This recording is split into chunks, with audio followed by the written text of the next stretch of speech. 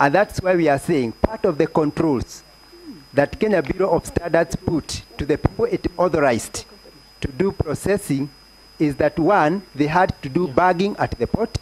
Two, mark those bags specifically that this sugar is not for sale, not fit for direct human consumption, because it was expected to be delivered to factories for further processing.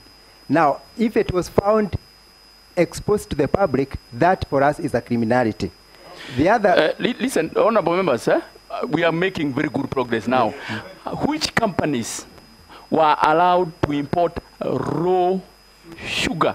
The companies that were allowed to import raw sugar is that the ones that we have submitted for the benefit of members. I can repeat: Cukari Industries Limited, West Kenya Sugar Company Limited, Amnav Limited, Menengai Oil Refineries Limited.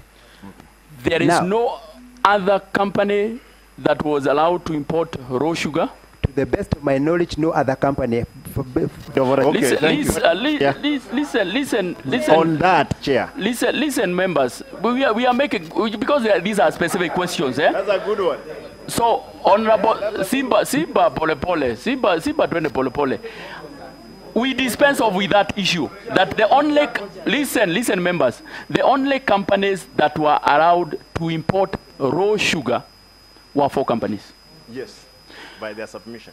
By the submission from KEBS. Yes. So does it mean the other companies that imported bulk sugar, brown, was for direct human consumption?